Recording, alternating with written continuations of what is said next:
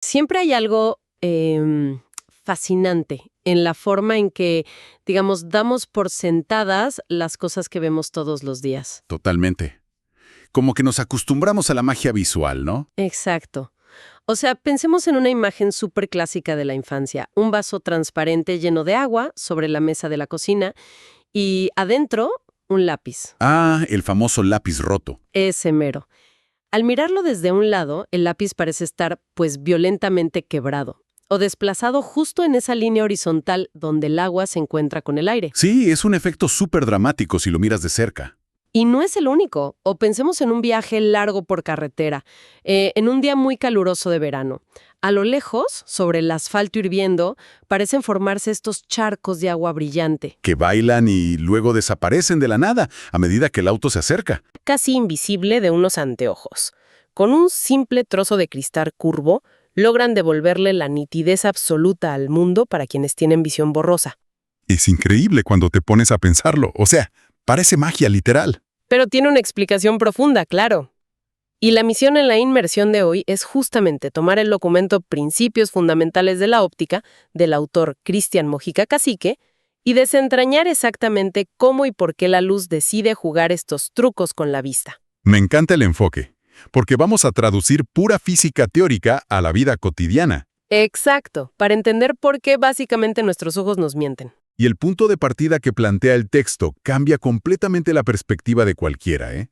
Porque la tendencia natural de la mente humana es catalogar el lápiz quebrado o, digamos, el espejismo en la carretera como simples curiosidades aisladas. O como, no sé, defectos de diseño en nuestros propios ojos. Claro, como un error biológico. Pero la premisa fundamental que establece este documento desde la primera página es que no son ilusiones ópticas producto del azar. No son errores. Para nada. Todos estos fenómenos obedecen a un principio maestro, casi filosófico te diría, de la naturaleza.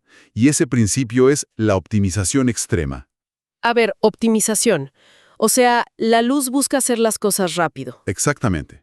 La luz no viaja de forma aleatoria por el universo, es increíblemente eficiente. Todo lo que vemos obedece a un sistema de reglas diseñadas desde el origen del cosmos, digamos, para ahorrar esfuerzo. Wow, esa idea de que la luz es eficiente suena casi como si estuviéramos hablando de una entidad con voluntad propia. O con una agenda personal, ¿no? Sí, le da un toque casi de inteligencia artificial a la luz. Totalmente.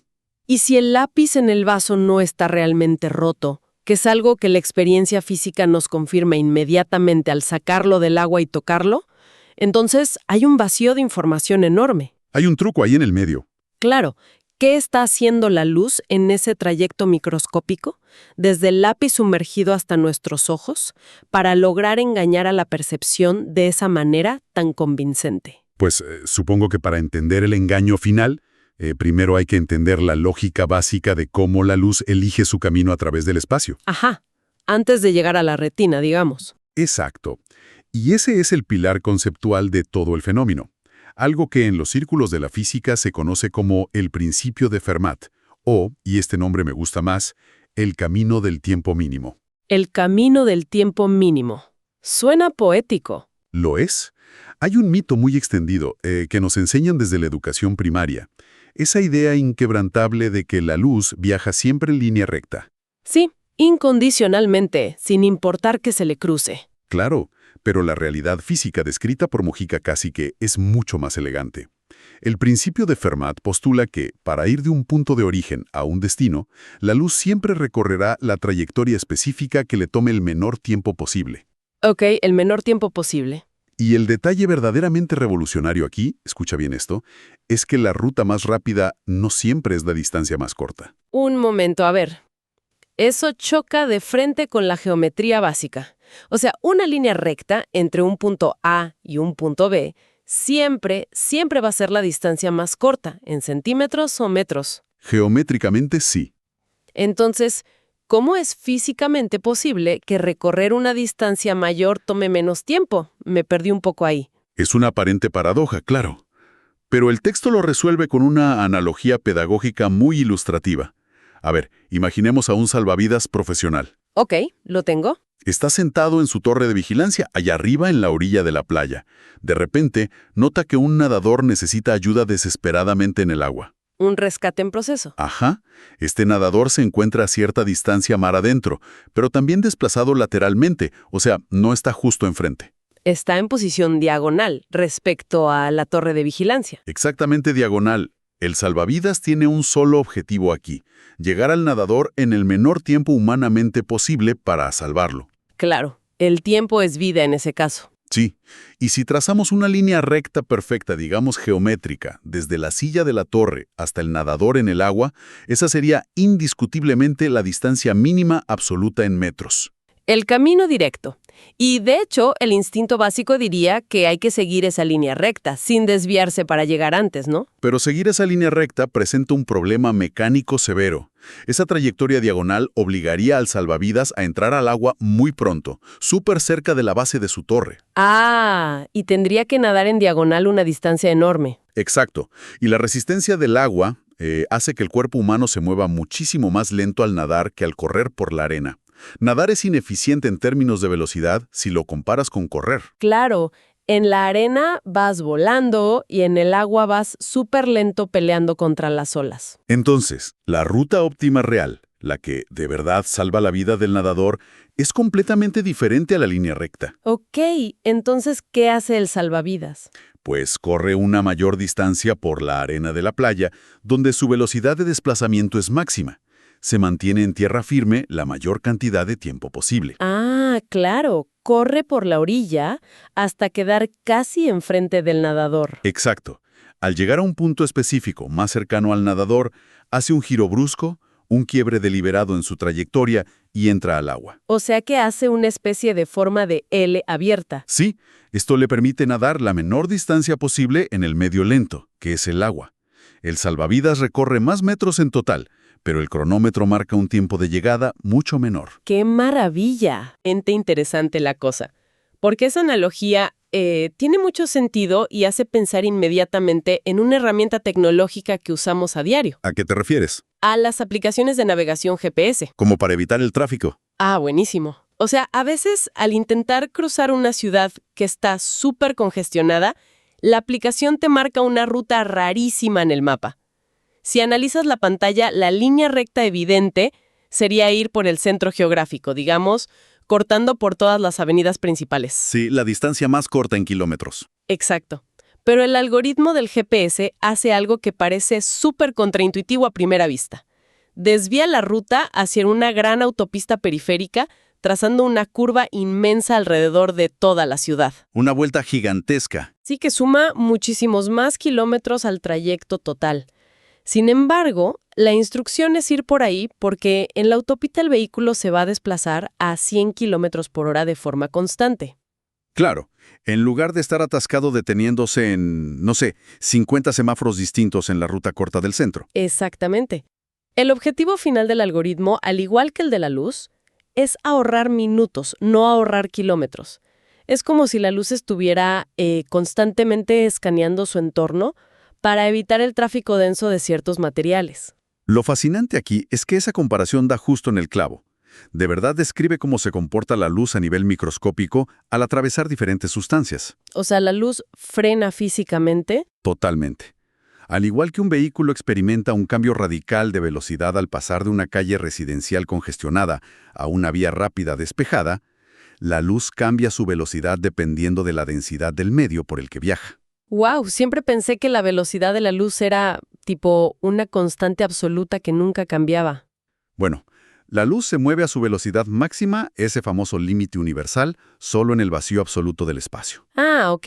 Solo en el espacio. Sí, pero viaja a una velocidad ligeramente menor cuando entra a nuestra atmósfera y atraviesa el aire, y sufre un frenado verdaderamente significativo cuando penetra en materiales más densos. Como el agua líquida o el vidrio sólido del vaso. Exacto. Y ese quiebre de ruta, esa refracción que hace que el lápiz parezca doblado, ocurre precisa y únicamente en la frontera microscópica entre esos dos medios diferentes. En la división. Sí, en la línea exacta donde se acaba la arena de la playa y empieza el mar. O en la superficie exacta donde termina el aire de la cocina y comienza el agua dentro del vaso. Bueno, vamos a desempacar esto un poco más. Entiendo que la luz busca la eficiencia de tiempo. Pero, a ver, La luz no es un algoritmo complejo corriendo en un servidor de Silicon Valley, ni un salvavidas calculando distancias mentalmente. Claro, es solo energía. Exacto, es simplemente energía irradiando por el espacio. No tiene un cerebro para, digamos, planificar una ruta antes de chocar con el agua. No piensa. Entonces, ¿qué mecanismo puramente físico o matemático obliga a un haz de luz a doblarse en un ángulo tan específico y predecible? Tiene que haber una estructura subyacente, ¿no? Si no, la luz se dispersaría al azar. Y la hay. Existe una estructura subyacente inquebrantable, una regla matemática estricta que gobierna este comportamiento, conocida en la física como la ley de Snell. Ley de Snell. Sí, en la documentación que estamos analizando, esto se describe como un contrato de velocidad fundamental de la naturaleza. Contrato de velocidad. Me gusta el término. De manera conceptual, dejando a un lado las fórmulas algebraicas supercomplejas, la ley de Snell establece que hay una relación matemática exacta entre tres elementos clave. A ver. El ángulo con el que la luz choca contra el nuevo material, el ángulo resultante con el que logra avanzar dentro de ese material y la velocidad de propagación de la luz en cada uno de esos dos entornos. ¿Y cómo miden los científicos esa velocidad? Utilizan un término específico llamado índice de refracción. Cada material transparente en el universo, ya sea un cristal de cuarzo, una gota de lluvia o el ojo humano, tiene su propio índice de refracción. O sea, su propio límite de velocidad interno para la luz. Exactamente. Ahora, al revisar los detalles geométricos de esta ley de Snell en el texto, surge un concepto que requiere un poco de imaginación espacial. Sí, la parte visual es clave. Porque las métricas indican que estos ángulos de refracción no se miden usando la superficie horizontal del agua como referencia, No, para nada. sino que toman como base algo denominado la línea normal. El texto la describe como una línea perpendicular completamente imaginaria. Ajá, la famosa normal. Sí, pero para alguien que intenta visualizar este choque de la luz sin tener un diagrama en una pizarra enfrente, resulta súper difícil entender cómo la luz reacciona a una línea que ni siquiera existe físicamente en el espacio. Si conectamos esto con el panorama general, la mejor manera de visualizar esa geometría oculta es a través de un experimento muy elegante que detalla el autor. Se llama el experimento del láser doblado. Ok, me encantan los experimentos mentales. A ver, descríbelo. Imaginemos una pecera rectangular transparente de vidrio, completamente llena de agua limpia. Listo, pecera llena. Para poder observar el fenómeno, necesitamos hacer visible el rayo de luz, porque un láser rojo normalmente no se ve mientras viaja por el aire limpio o el agua pura. Claro, solo ves el punto final rojo donde choca contra la pared. Exacto. Entonces, para solucionar esto, le añadimos una sola gota de leche al agua de la pecera. Leche. Sí. Las diminutas partículas de la leche flotando en el agua dispersan la luz de manera hermosa, creando un haz brillante y visible en todo su trayecto. ¡Qué buen truco casero! Ahora, apagamos las luces de la habitación y encendemos un puntero láser desde afuera, apuntando desde arriba hacia la superficie horizontal del agua en un ángulo diagonal pronunciado. Ok, la imagen mental es clara. Un rayo rojo cortando el aire en diagonal y perforando la superficie del agua un poco lechosa. En ese punto exacto donde el láser toca la superficie del agua, imaginemos una plomada de construcción. ¿De esas cuerdas con un peso metálico abajo? Esa misma, una cuerda que cae perfectamente recta desde el techo hasta el fondo de la pecera, cruzando exactamente por el punto de impacto del láser. Ok, la línea vertical perfecta. Esa línea vertical de caída libre es nuestra famosa línea normal. Hace una cruz de 90 grados, una perpendicular perfecta con la superficie plana del agua. Ya la veo. Y aquí es donde se aplica la regla de oro de la ley de Snell, para saber hacia dónde se va a doblar la luz. Escucha esto. Si el rayo de luz entra a un medio donde viaja más lento, como al pasar del aire rápido al agua lenta, la luz frena. Obvio, frena por la densidad. Y al frenar, el ángulo de su trayectoria se encoge. Visualmente dentro de nuestra pecera, el haz del láser rojo hace un quiebre y se pega, se acerca, se dobla hacia esa línea de plomada imaginaria que va directo hacia el fondo. Ah, claro. Al frenar de golpe, el rayo pierde esa inercia diagonal, digamos, y cae de manera más abrupta hacia el fondo. Se acerca a esa caída vertical directa. Es una regla de tránsito universal de la luz. Y siguiendo esa misma lógica matemática, si el escenario fuera exactamente el inverso, A ver, Si la luz estuviera naciendo en el fondo de la pecera, viajando por el agua lechosa lentamente hacia arriba, y de repente saliera disparada hacia el aire rápido de la habitación, el efecto debería ser el contrario, ¿no? exacto. El rayo se alejaría de la plomada. Al acelerar en el aire, el ángulo se expande y la luz se abre, alejándose de esa línea vertical imaginaria. ¡Wow! Es un juego perpetuo de ángulos de apertura y cierre dictado de manera absoluta por ese límite de velocidad interno, por el índice de refracción. Y eso ocurre constantemente a nuestro alrededor. Pero a ver, esa mecánica explica perfecto la trayectoria de un láser en una pecera. Ujú. Pero volviendo a la experiencia humana cotidiana, al lápiz en el vaso de agua sobre la mesa. Ajá, nuestro ejemplo inicial. La luz sale de la punta del lápiz sumergido, choca con la frontera, cambia de medio, acelera al salir al aire y se dobla alejándose de la vertical según la ley de Snell. Todo eso es física pura funcionando a la perfección. Sí, pero entonces, ¿qué significa todo esto? O sea, ¿por qué el cerebro humano procesa esa física perfecta y la convierte en una ilusión óptica? Ahí está el detalle. ¿Por qué vemos un lápiz donde no hay nada sólido? Da la impresión de que nuestra biología tiene un punto ciego súper básico a la hora de interpretar estos quiebres de luz. Esto plantea una pregunta importante sobre cuánto podemos confiar en lo que vemos. Lo que ocurre en nuestra mente ante ese fenómeno es fascinante. Y el problema radica en la historia evolutiva de nuestra especie. A ver, ¿cómo entra la evolución aquí? Pues el cerebro humano y su sistema visual evolucionó durante millones de años interactuando y cazando de manera casi exclusiva en un solo medio dominante, el aire. Claro, no somos criaturas acuáticas. Por lo tanto, a nivel neurológico, el cerebro asume como un dogma absoluto que toda la luz que capta viaja en una trayectoria ininterrumpidamente recta. Ah, el cerebro da por sentado que la luz nunca se dobla. Exacto. Cuando observas el lápiz dentro del agua, la luz ambiental rebota en la punta de madera sumergida. Esa luz viaja hacia arriba por el agua.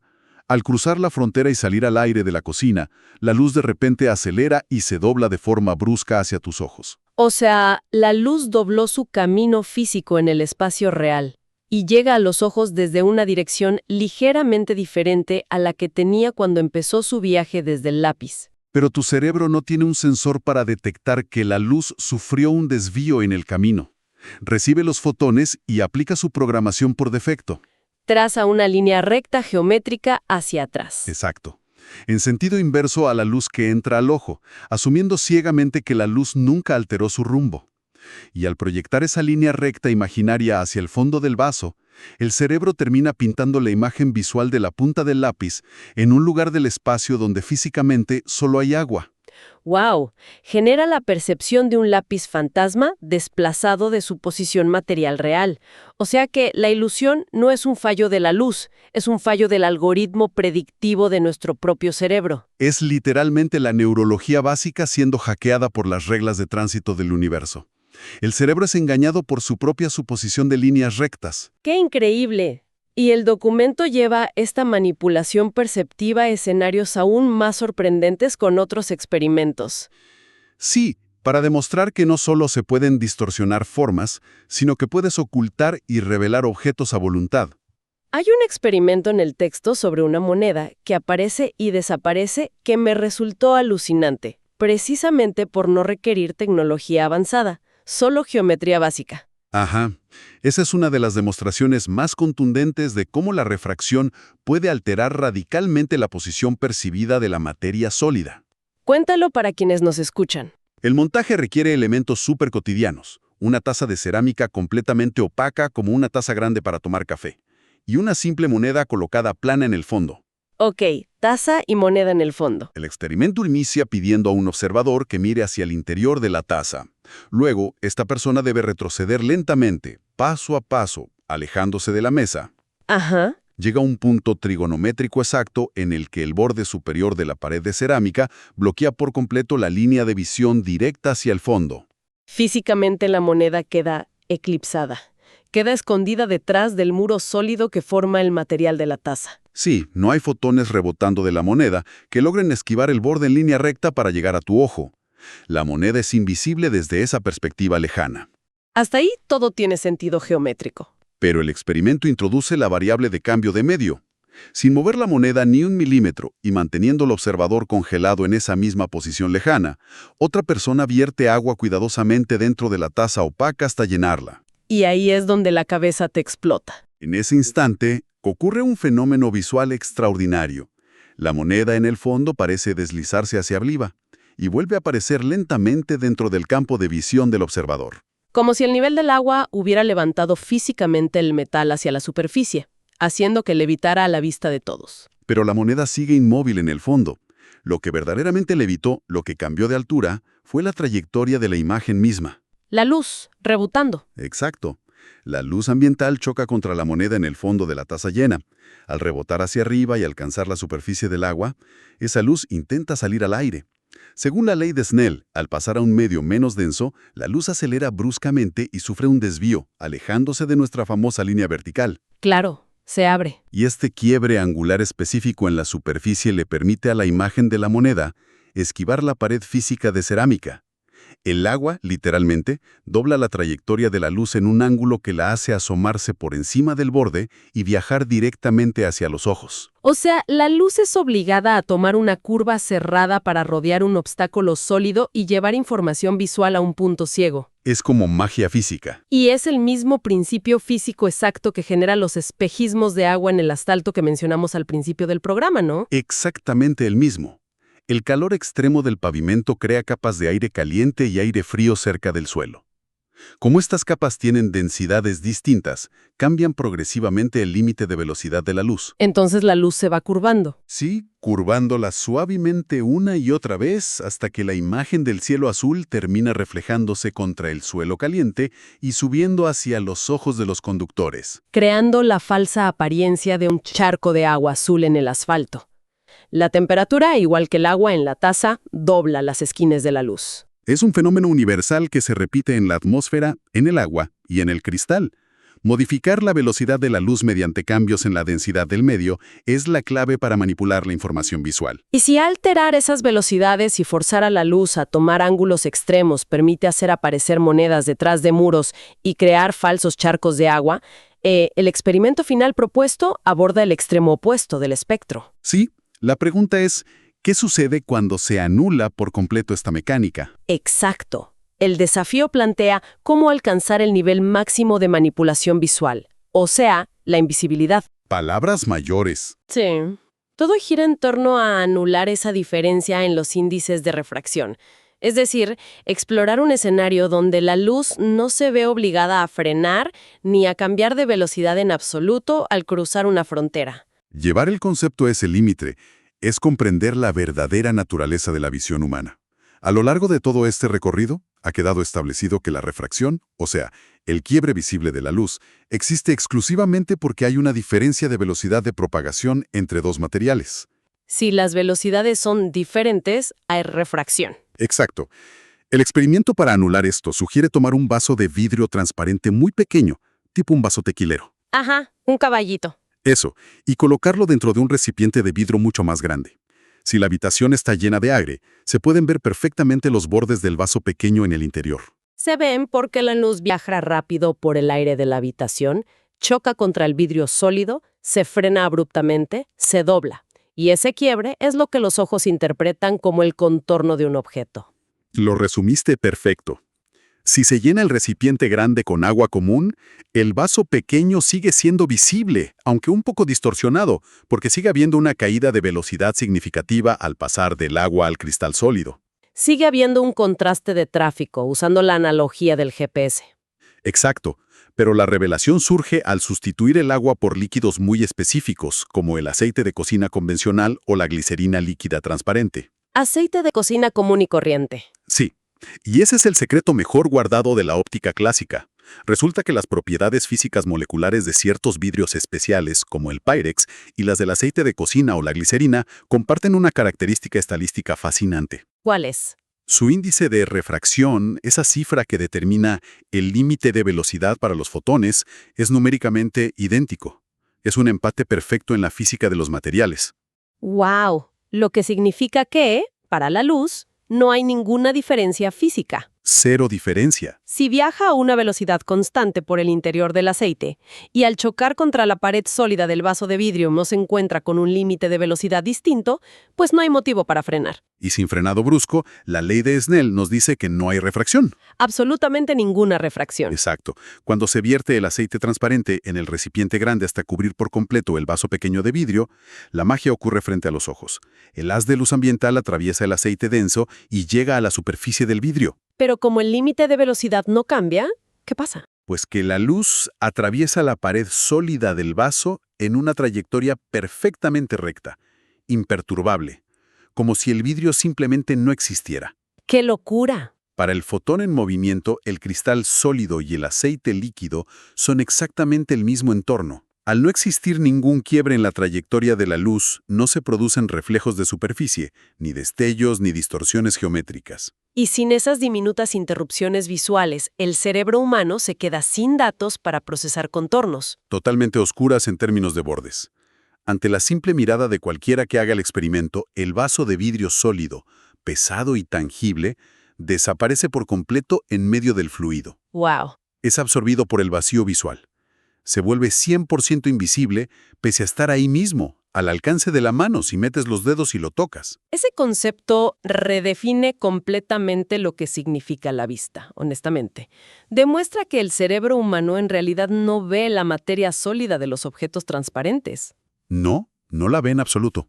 Lo que ven nuestros ojos son únicamente las cicatrices, las interrupciones y los desvíos matemáticos que esa materia provoca en el largo viaje de la luz. Es una forma muy poética de decirlo, pero es verdad.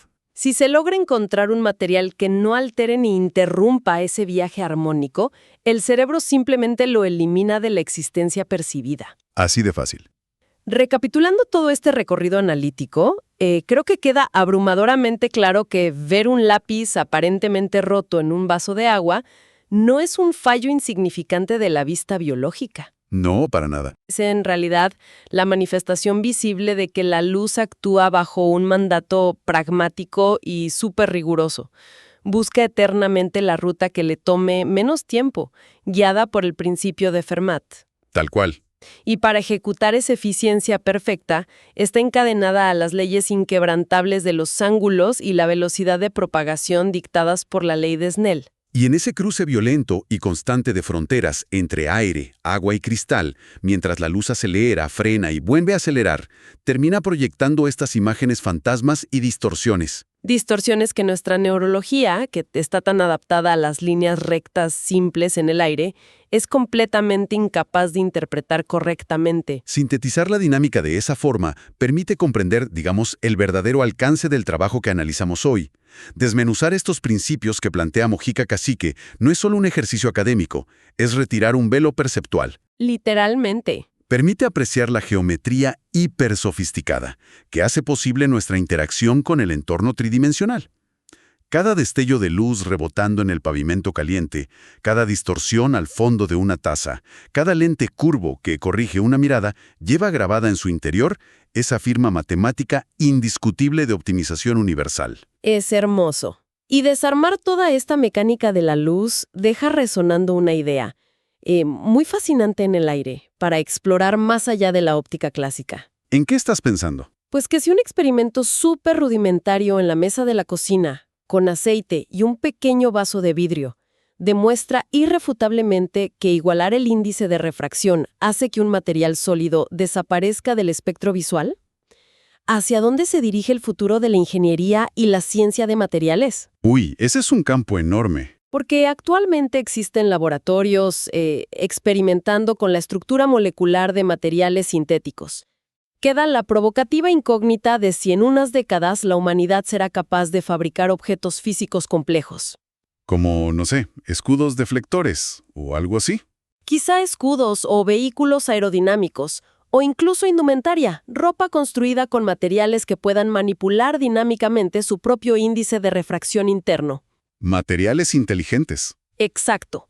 Materiales capaces de sincronizarse activamente con el índice de refracción del aire circundante en tiempo real, abriendo la puerta a una invisibilidad controlada que, durante mucho tiempo solo perteneció al terreno de la ciencia ficción. Definitivamente es un concepto monumental para dejar sobre la mesa y reflexionar. Sí, la próxima vez que alguien observe un simple lápiz amarillo aparentemente quebrado flotando en silencio dentro de un vaso con agua, espero que lo vea con otros ojos. Seguro que sí. Que la curiosidad y la búsqueda por entender lo cotidiano sigan desafiando lo que creemos ver. Gracias por acompañar este análisis profundo.